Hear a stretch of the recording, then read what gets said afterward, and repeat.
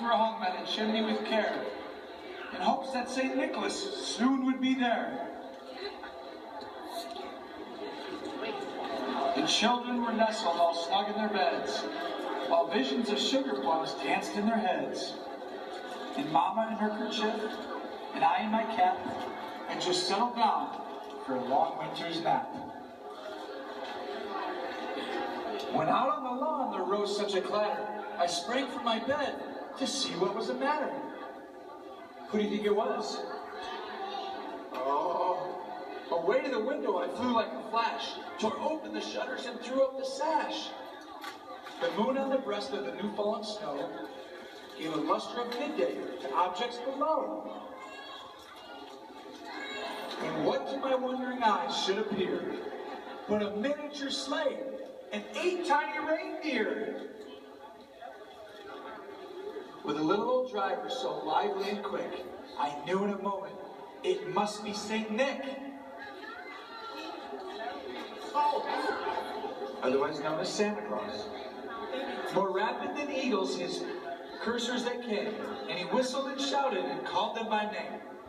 Now Dasher, now Dancer, now Prancer and Vixen, oh Comet on Cupid, on Donner and Blitzen. There they are. To the top of the porch, to the top of the wall. Now dash away, dash away, dash away all!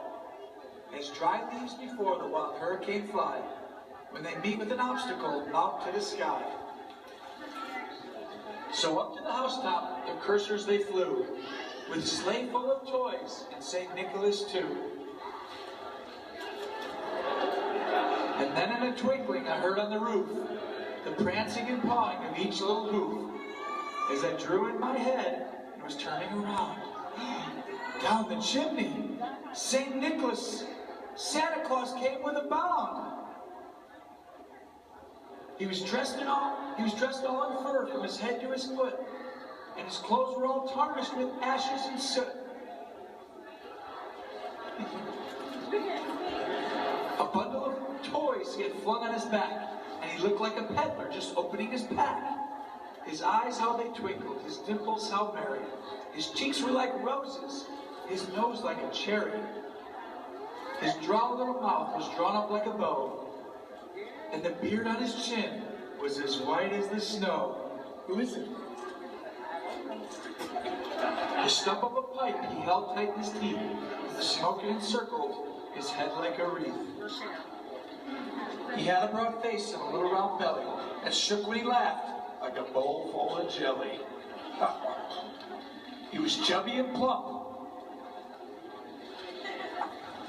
a right jolly old elf, and I laughed when I saw him, in spite of himself. A wink of his eye and a twist of his head soon gave me to know I had nothing to dread. He spoke not a word, but went straight to his work, and filled all the stockings, and turned with a jerk, and laying his finger aside of his nose, and giving a nod, up the chimney he rose. He sprang to his sleigh, to his team gave a whistle, and away they all flew, like the down of a thistle. But I heard him exclaim as he drove out of sight, "Merry Christmas to all, and to all a good